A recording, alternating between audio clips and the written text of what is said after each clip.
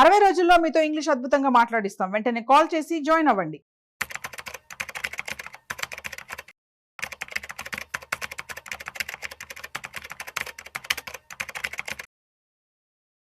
Welcome to Suman TV. నా పేరు రమేష్ పసుపులేటి. నేను యాంఫియర్ registered mutual fund డిస్ట్రిబ్యూటర్ని.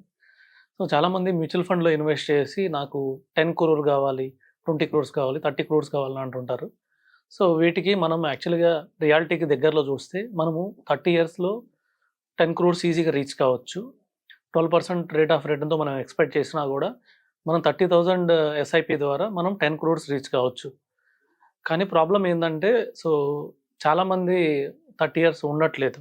So 2.5 year average, industry average చూస్తే ఎస్ఐపి 2.5 year, అదే ఒకేసారి ఇన్వెస్ట్ చేసిన వాళ్ళు 5 yearsలో తీసేస్తున్నారు. రెండోది వచ్చేసి 30 ఏళ్లలో మనకి 10 కోట్లు కావాలంటే, కానీ ఫస్ట్ అంటే మామూలుగా మనకి 10 crores ఫస్ట్ 1 crore రీచ్ కావడం చాలా ఇంపార్టెంట్. 1 crore అనేది 10 crores లో 10%. అలానే 30 ఏళ్లలో 3 ఏళ్లలో 1 crore అవ్వదు. మనం 30,000 ఎస్ఐపి చేస్తే 3 ఏళ్లలో 1 crore అవ్వదు. మనం 30,000 ఎస్ఐపి చేసినా కూడా 12% రేట్ ఆఫ్ రిటర్న్తో మనకి 13 ఏళ్ళకి 1 crore అవుతుంది. అంటే ఆల్మోస్ట్ 40% వచ్చేసి మనకి టైం, అంటే 30 ఏళ్లలో 40%, 13 ఏళ్ళు 40 to 42% మనకి ఫస్ట్ 1 crore రీచ్ కావడానికి టైం స్పెండ్ అవుతుంది. తర్వాత అక్కడి నుంచి నెక్స్ట్ 5 yearsలో మనము 2 crores రీచ్ అవుతాం. రూల్ ఆఫ్ మనకి 72 ప్రకారమే. ప్లస్ వితిన్ 4 to 5 yearsలోనే మనము 2 crores రీచ్ కాగలుగుతాం. ఎందుకంటే అప్పటికి మనకి 13 years తర్వాత 1 crore ఫండ్ వాల్యూ ఉంటుంది. అదే అక్కడ నుంచి రూల్ ఆఫ్ 72 ప్రకారం మనకు 6 yearsకి డబుల్ అవుతుంది. కానీ మనం ఎస్ఐపి కంటిన్యూ చేస్తుంటాం. 30,000 ఎస్ఐపి కంటిన్యూ చేస్తున్నాం కాబట్టి మనము ఇంకొక 4 to 5 yearsలోనే మనము అనదర్ 1 crore రీచ్ అవుతాం. అంటే ఓవరాల్గా వచ్చేసి మనం 18 years అయ్యాలకి 2 crores రీచ్ అవుతాం. సో అక్కడ నుంచి 4 yearsలోనే మనది 4 crores అవుతుంది.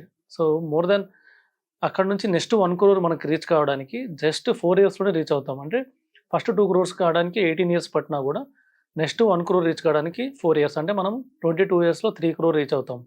అక్కడ నుంచి 3 yearsే పడుతుంది నెక్స్ట్ 1 crore. 25 yearsకి మనం 4 crore రీచ్ అవుతాం. అలాంటిది మనం అక్కడ నుంచి చూస్తే ఇంకా 2 yearsే పడుతుంది ఇంకొక 1 crore రీచ్ కావడానికి. సో ఈ విధంగా మనం 12% రేట్ ఆఫ్ రిటర్న్ తీసుకున్నా కూడా మినిమం 10 crores మనం 30 yearsలో రీచ్ అవుతాం. ఇంకా తొందరగానే రీచ్ అవుతాం. సో ఇంకొద్దిగా మార్కెట్ ప్రాబ్లం అయినా కూడా ఈజీగా 30 yearsలో మనం 10 crores అనేది మనం రీచ్ అవుతాం. సపోజ్ ఎవరైనా మీ గోల్ 25 to 30 years గోల్ ఉంటే ఇలా డిసిప్లైన్డ్గా 30,000 మనం ఎస్ఐపి ద్వారా చేసుకుంటూ వెళ్తే కంటిన్యూస్గా మనం 1 crore రీచ్ అవుతాం. ఎవరైతే 30,000 చేయలేని వాళ్ళు టాప్అప్ ఎస్ఐపి ద్వారా చేసుకోవచ్చు. లేదంటే మధ్యలో ఏమైనా అమౌంట్ వచ్చినప్పుడు ఇన్వెస్ట్ చేయొచ్చు. ఏదేమైనా కానీ ఇక్కడ మనం గుర్తుపెట్టుకోవాల్సింది ఏంటంటే మనం 40% టైము ఫస్ట్ 1 crore రీచ్ కావడానికి మనం స్పెండ్ చేస్తాం. రిమైనింగ్ 60% టైం వచ్చేసి మనం రిమైనింగ్ 10 crores రీచ్ కావడానికి మనం స్పెండ్ చేస్తాం. సో ఇప్పుడు ప్రాబ్లం ఏంటంటే ఫ్యూచర్లో 12 to 13 years ఎవరు ఉంటారనేది చూడాలి. ఫస్ట్ 1 crore రీచ్ అయినాక ఎవరు ఉంటారనేది చూడాలి. వాళ్ళకే వెల్త్ క్రియేట్ అవుతుంది. ఇప్పుడున్న డిజిటలైజేషన్ ప్రకారం అందరూ మొబైల్ యాప్లోనే చాలా వరకు ఇన్వెస్ట్ చేస్తున్నారు కాబట్టి మొబైల్ యాప్లో రోజు ఫండ్ వాల్యూ చూసుకుంటున్నారు. ఈ మొబైల్ యాప్లో ఫండ్ వాల్యూ చూసినప్పుడల్లా చాలామందికి ఎమోషన్స్ మారిపోతున్నాయి. నిన్న ఉన్న డిసిషన్ ఈరోజు ఉండట్లేదు. సో సపోజ్ మార్కెట్ పడి రేపు ఒక 2% ఫండ్ వాల్యూ తగ్గితే, సో నేను ఒక రాంగ్ ఇన్వెస్ట్మెంట్ చేశాను, ఒక మ్యూచువల్ ఫండ్ అనేది ఒక రాంగ్ ఇన్వెస్ట్మెంట్ అని ఊహించి ఇమీడియట్గా రిడమ్షన్ చేయడం, లేకపోతే తొందరగానే నేను పెట్టిన అమౌంట్ పెరిగిందా అని డైలీ చూసుకోవడం, లేకపోతే వితిన్ 2 yearsలోనే డబుల్ అవుతుందా లేదో చూసుకోవడం, ఇలాంటి మిస్టేక్స్ చేయడం వల్ల కూడా మ్యూచువల్ ఫండ్లో ఎక్కువ కాలం ఉండట్లేదు. మ్యూచువల్ ఫండ్ బెనిఫిట్స్ ఎక్కువ కాలం తీసుకోవట్లేదు. చాలామంది ఇప్పటికి కూడా ఎల్ఐసి పాలసీలు కానివ్వండి, లేకపోతే బ్యాంకులో ఎఫ్డి దాదాపు 100 లక్షల కోట్ల ఎఫ్డి ఉంది. వీళ్ళందరికీ 10 ఏళ్ళకి డబుల్ అవుతుంది. 10 ఏళ్ల దాకా వాళ్ళు డైలీ చూసుకోవడానికి లేదు. అందుకనే వాళ్ళు అందులో పెట్టిన వాళ్ళు గ్రోత్ ఎలా పొందుతున్నారంటే 10 ఏళ్ళ తర్వాత బ్యాంక్కి వెళ్తే వాళ్ళు ఒక ఎఫ్డి చేసి హ్యాపీగా డబుల్ అమౌంట్ ఇస్తారు, అలాగే వెల్త్ పొందుతున్నారు. అదే మ్యూచువల్ ఫండ్లో వాళ్ళకి 6 yearsలోనే డబుల్ అయ్యే అవకాశం ఉంది రూల్ ఆఫ్ 72 ప్రకారం 12% తోటి.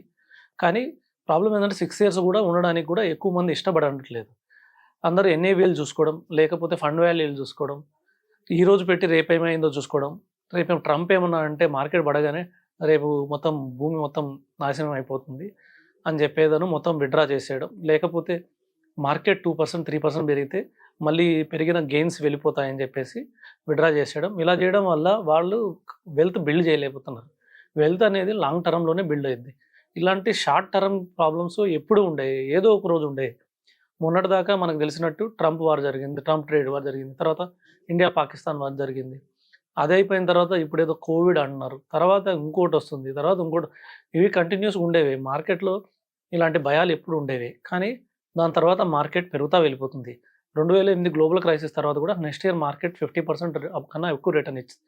అలాగే డిమానిటైజేషన్ 2016 తర్వాత కూడా మార్కెట్ నెక్స్ట్ ఇయర్ 50% కన్నా ఎక్కువ రిటర్న్ ఇచ్చింది.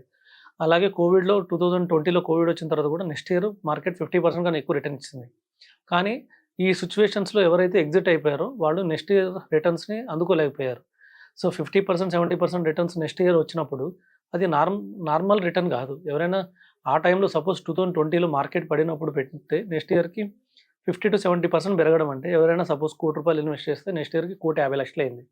10,00,000 ఇన్వెస్ట్ చేస్తే 15 lakhs అయింది నెక్స్ట్ ఇయర్కి. కానీ ఆ టైంలో 10,00,000 విత్డ్రా చేసిన వాళ్ళు ఆ నెక్స్ట్ ఇయర్ ఆపర్చునిటీ మిస్ అయిపోయారు. మళ్ళీ వాళ్ళు మళ్ళీ మిస్టేక్ చేస్తారంటే మళ్ళీ అక్కడ ఇన్వెస్ట్ చేస్తారు. అట్లాగా మార్కెట్లో ఎక్కువ మిస్టేక్స్ ఎక్కువ అవడం వల్లనే గ్రోత్ని అందుకోలేకపోతున్నారు. ఇంకొకటి ఏంటంటే, ఇంతకుముందు ఉన్నవాళ్ళు సపోజ్ 2000లో ఉన్నవాళ్ళు, లేకపోతే 1990లో ఉన్నవాళ్ళు కూడా ఎక్కువ మ్యూచువల్ ఫండ్లో రిటర్న్స్ ఎక్కువ పొందారు. కొన్ని ఫండ్స్ ఉన్నాయి. సో అప్పటి నుంచి ఉన్న ఫండ్స్, మల్టీ క్యాప్ ఫండ్స్ కానివ్వండి, గ్రోత్ ఫండ్స్ కానివ్వండి, ఇప్పుడు కూడా మనం చూడొచ్చు వాటి రిటర్న్ 20%, 21% ఉంది సిఏజిఆర్. అంటే 1990 నుంచి ఇప్పుడు వరకు 35 yearsలో 20% కన్నా ఎక్కువ ఇచ్చిన ఫండ్స్ చాలా ఉన్నాయి.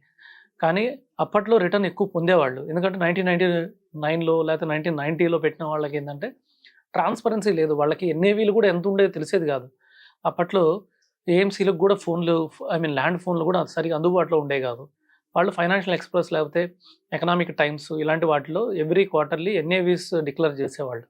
అవి చూసుకొని చాలామంది ఓకే మన ఫండ్ వాల్యూ పెరిగింది. సో 90 daysలో డెఫినెట్గా ముందుకే వెళ్తుంది మార్కెట్. కొద్దిగా ఏమన్నా మధ్యలో ఒడిదుడుకులున్నా కూడా తర్వాత ముందుకు వెళ్తా. అట్లా కొంతమంది 6 months వరకు, కొంతమంది ఏంటంటే ఫండ్ వాల్యూ కనుక్కోవాలంటే వేరే చాలా ఎక్కువ దూరం ట్రావెల్ చేయాల్సి వచ్చేది. ఊర్లో ఉన్న వాళ్ళు సిటీస్కి వెళ్ళి మ్యూచువల్ ఫండ్ ఆఫీస్కి వెళ్ళి ఫారం రాసిస్తే వాళ్ళకి లెటర్ ద్వారా ఎన్ఏవి వచ్చేది. దీన్ని జరగడానికి దాదాపు 1 month టైం పట్టేది. సో ఇలాగే ఎందుకు టైం అని వేస్ట్ అనుకునేవాళ్ళు. లేకపోతే వెళ్ళలేని వాళ్ళు మ్యూచువల్ ఫండ్ వాల్యూలు తర్వాత ఎప్పుడైతే తీసుకున్నప్పుడు వాళ్ళకి ₹1,00,00,000 ఈజీగా అయిపోయాయి. కానీ ఇప్పుడు ఏంటంటే డిజిటలైజేషన్ అవ్వడం వల్ల, మొబైల్ యాప్లు రావడం వల్ల, సో ఈ మిస్టేక్స్ జరగడం వల్ల వాళ్ళు రీచ్ కాకపోతున్నారు. సో చాలామందికి తెలుసు, చాలా మ్యూచువల్ ఫండ్లో చాలా ఫార్ములాస్ ఉన్నాయి. 15x15x15 1 crore అంటే 15% రేట్ ఆఫ్ రిటర్న్ ఇస్తే మ్యూచువల్ ఫండ్ మనం పెట్టిన ఫండ్స్ కొద్దిగా లాంగ్ టర్మ్లో కొద్దిగా flexi cap funds, mid cap funds, small cap funds 15% return ఇస్తే మనకు 1 crore రీచ్ అవుతుంది.